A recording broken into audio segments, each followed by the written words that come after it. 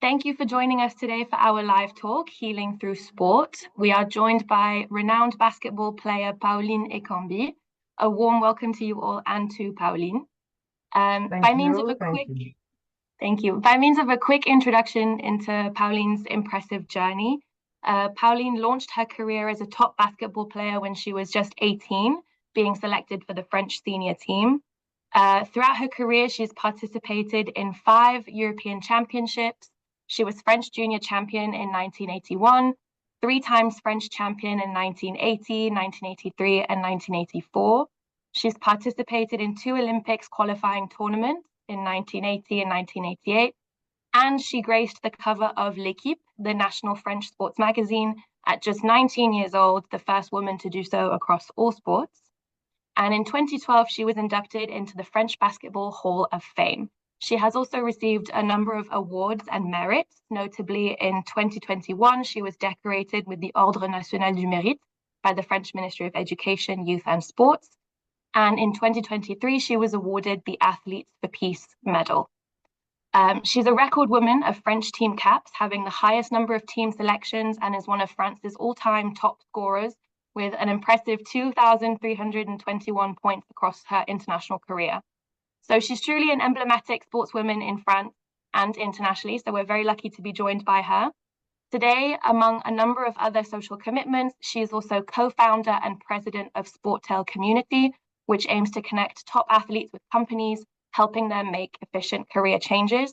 She provides services about advising and supporting companies that wish to communicate through the lens of sport, and she helps share her vast knowledge in the benefits of sport for social change, individual development, and goal setting at large. We are also having her today to discuss her new book, published in 2024, My Promesse en héritage. In it, Paoline explains how she was able to cope with the mental health demands of top-level sport, and at the same time, her journey through trauma, having been a victim of incest in her childhood.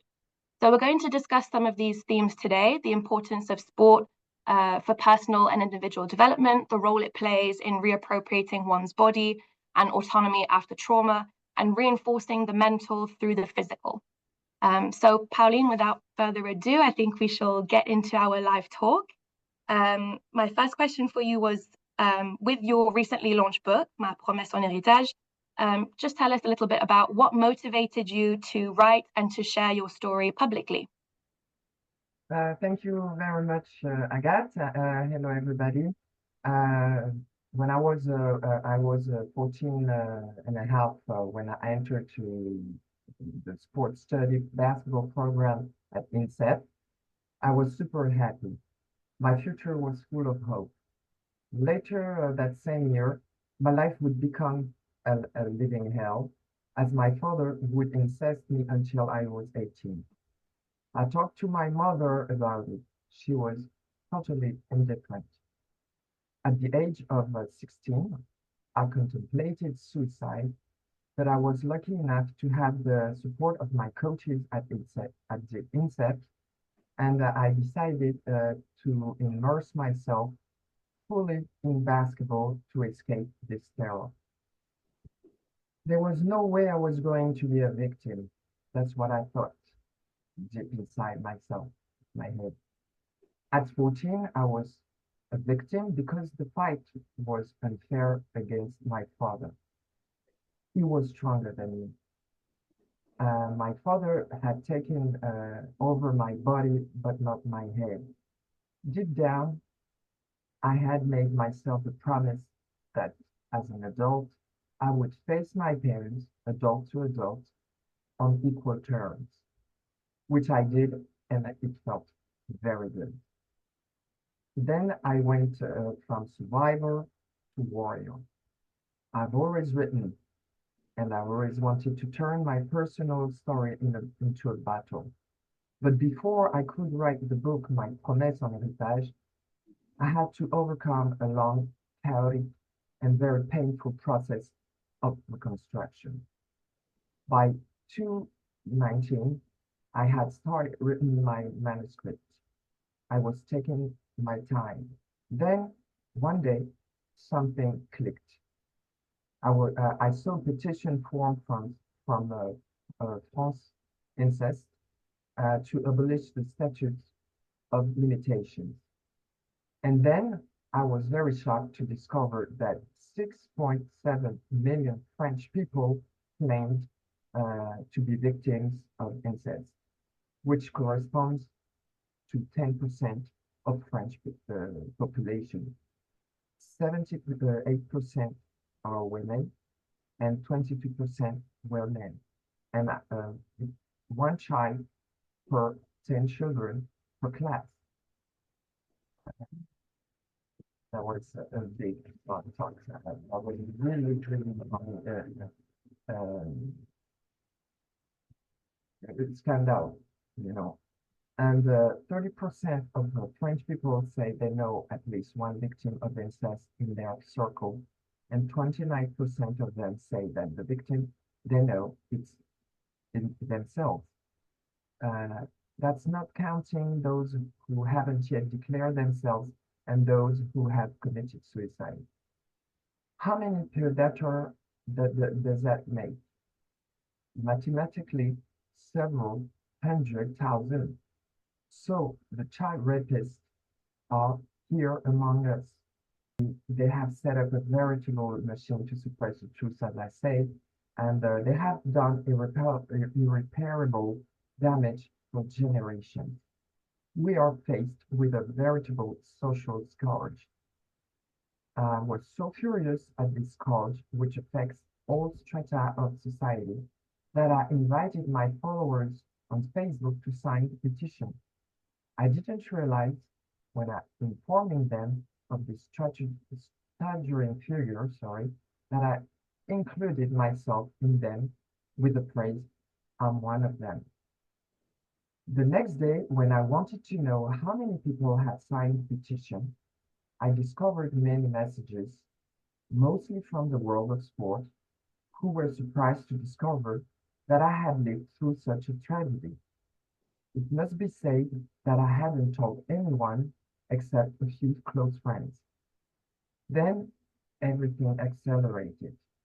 Liliane Trevisan, who helped me write my book, had asked me if I would accept to talk about my story in L'Équipe, sports newspaper, where she was a journalist and grand reporter before retiring a few months later.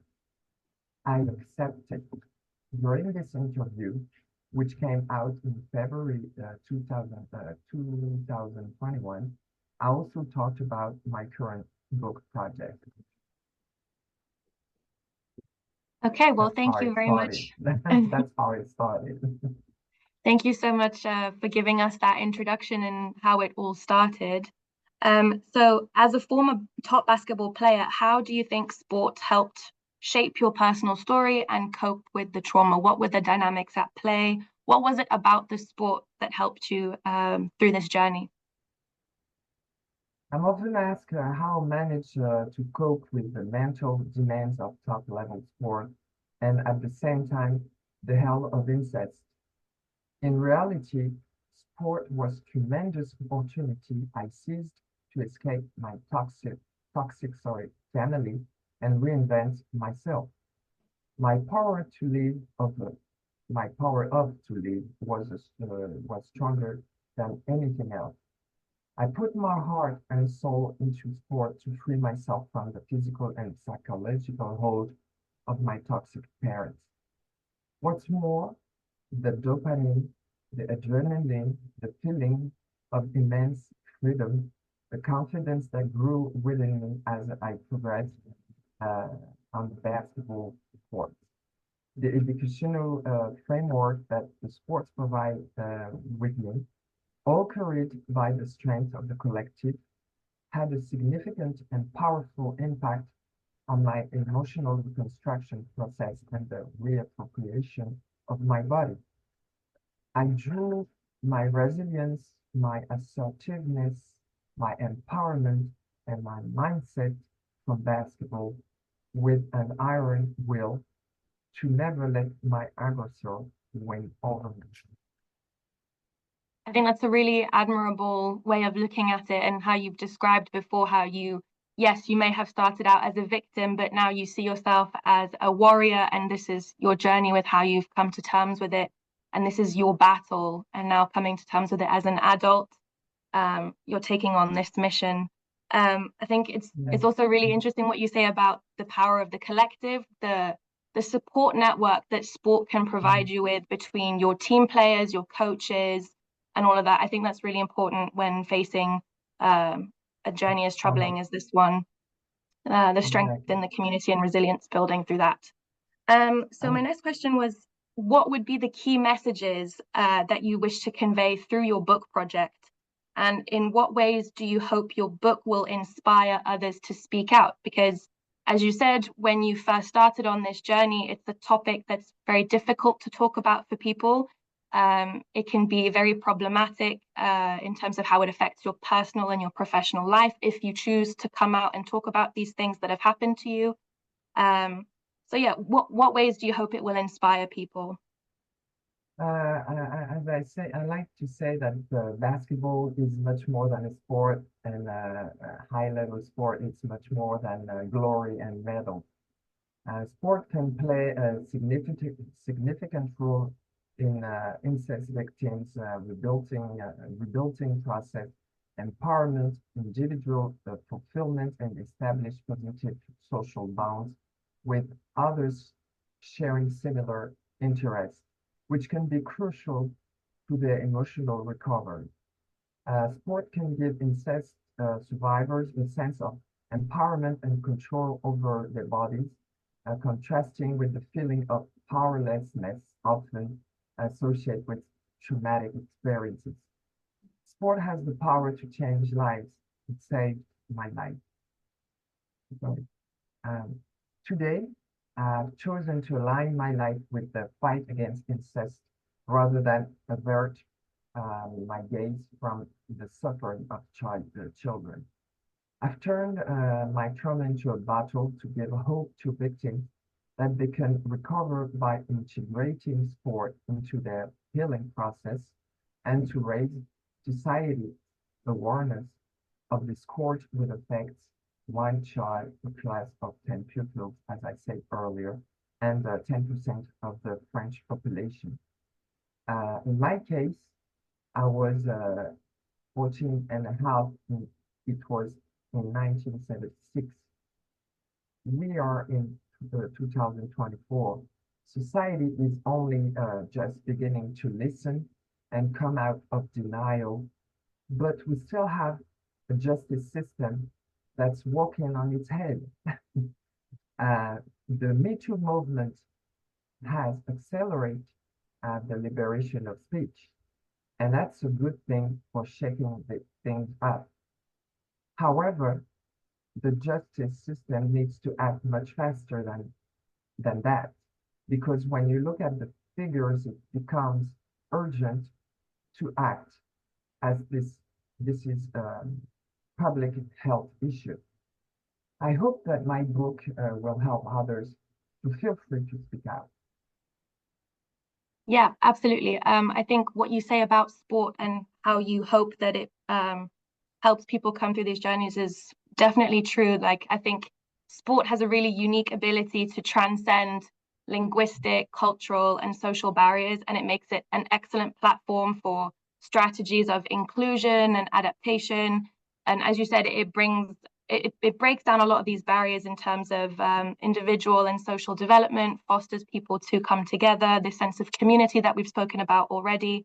I think it can also really help with reducing stigma and discrimination and transforming community attitudes. So yeah, definitely very, very important. And what you say about the justice system and transforming how we act on these issues afterwards leads into my next question, which is, how can we all contribute to protect children and to fight family violence and these kinds of issues in society? What ideas would you have in mind for how we can bring about this change? Well, the voices of little boys and girls who are victims of incest are still too often silenced by society and the justice system. Together, we, adults, have the power to give them a voice. The fight to fight and force recognition of this crime, yes, because it is a crime. It's even the total negation of the child, which shattered entire lives. Failure to act quickly is in a tantamount. I don't know if you understand that. What I mean, to failing to assist the child in danger. The justice system needs to change. It is far too complacent toward aggressor and their partners in crime. We need to change the law to help victims. We need more and more voices to be raised so that fear change sides. Let's be sentinels to protect the integrity of our children for their well-being, because they are our promise for the future. Small individual action cumulatively become great collective victories to contribute to a better world. This is the battle we must wage together today for a newfound humanity. That's a really inspiring way to finish on that question. Just a reminder to all of our participants listening, you can ask questions in the chat or in the question and answer function of this Zoom call, so don't hesitate to do that now. But yeah, following up on your answer, I think you're right, there's definitely a big community change that needs to happen.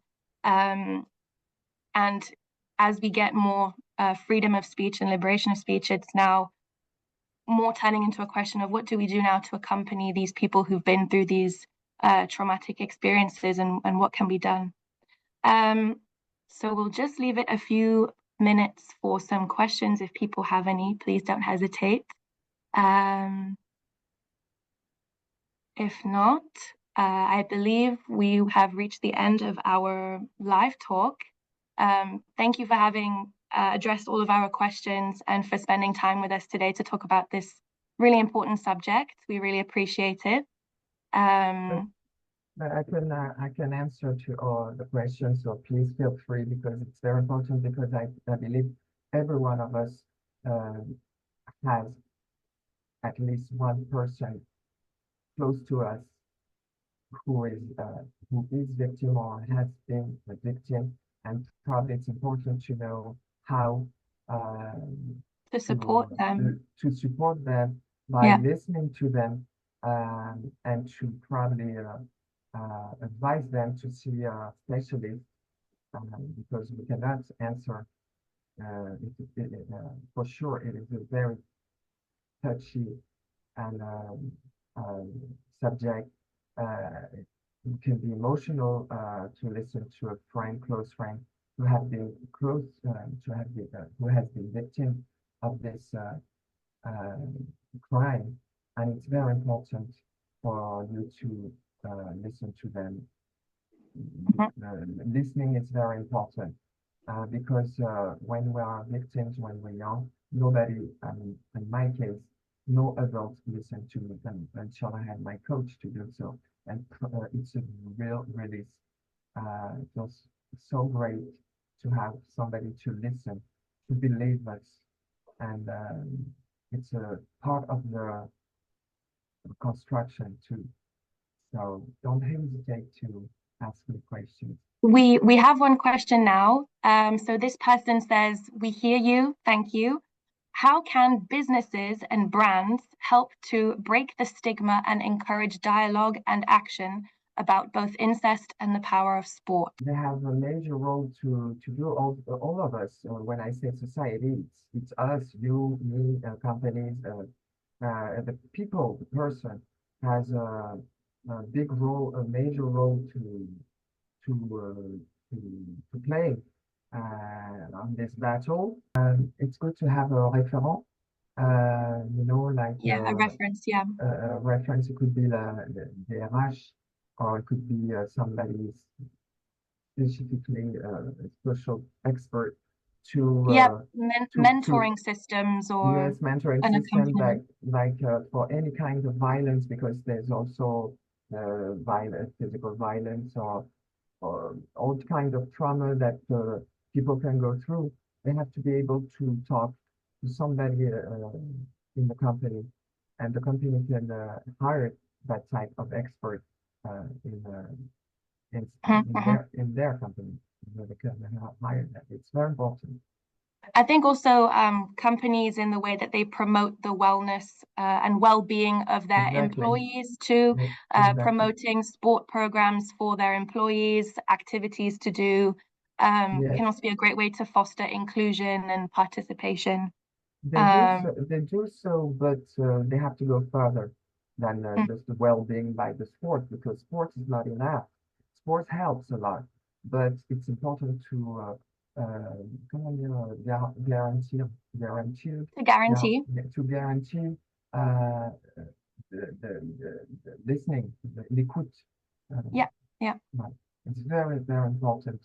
Absolutely. To help the employees, and the sport is a plus. And so it's also about mental well-being, and that's something mental health. Mental health. Yeah. Absolutely.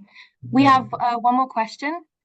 So how did your family react when you brought this incest trauma into the public? Well, did you find that your family was there to support you, or? I have my older brother. He definitely supported me, and I don't care about the part of my family who I don't care about what they think, because it's not against my family that I'm doing this. But another half, the other part of my family, on my father's side, on my mother's side, they supported me. They supported me a lot. They read the book. They really were proud of me and my courage, my strength to do so. And so, of course, there's always the other part of the family who won't support, but I didn't even think about them. Yeah.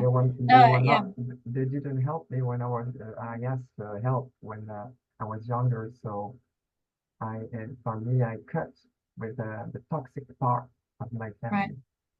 Yeah. No, as we already said before, it can be difficult to come forward with these issues and share our journey when we're not sure how it's going to be received. And I think when you're part of a vulnerable population, such as being a child and not having access to, having your voice heard properly, taken seriously, you don't know how to touch upon these subjects. It can be even more complicated. The more important, the more for me, to me, the what's more important is you, me, and my well-being, my beliefs, my determination.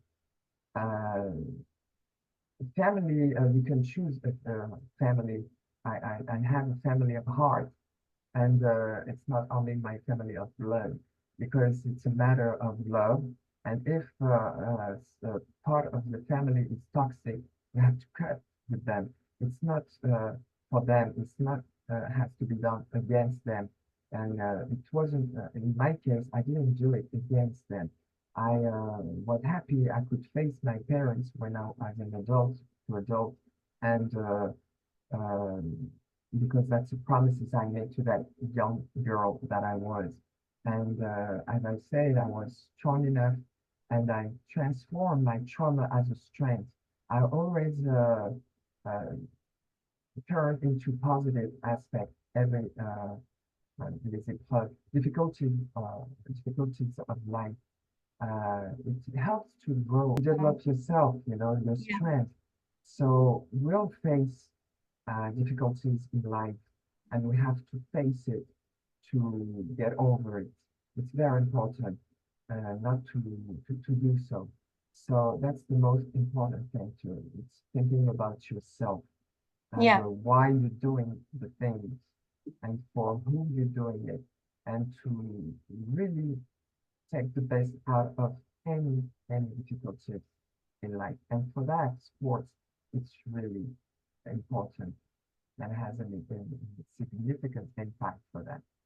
So I Well, encourage you not to play high competitions, of course, but I encourage you to practice, to practice, to have a physical activity, and to put sports into your personal development and self-confidence, to get over all the difficulties that you may face or that you are facing in your life. Well, I think that's a very great way to end our talk, to leave it on a very motivational and inspirational thought. I thank you for encouraging everyone here and showing and sharing your journey and what you've been through, and what the role of sports has been in your life. And thank you for all of the work that you continue doing today. It's very, very important. And it's been a real pleasure getting to discuss this with you and explore it a bit further. And thank you to all of you. Yeah. Oh, sorry. No, Sorry, go ahead. Yeah. I wanted to thank all of you guys and girls, for your sensitivity of this touchy subject, for your commitment into the battle, because your support is your precious support, trust me, is giving me more strength and encouraging me more to this battle, to continue this battle. Thank you to all of you.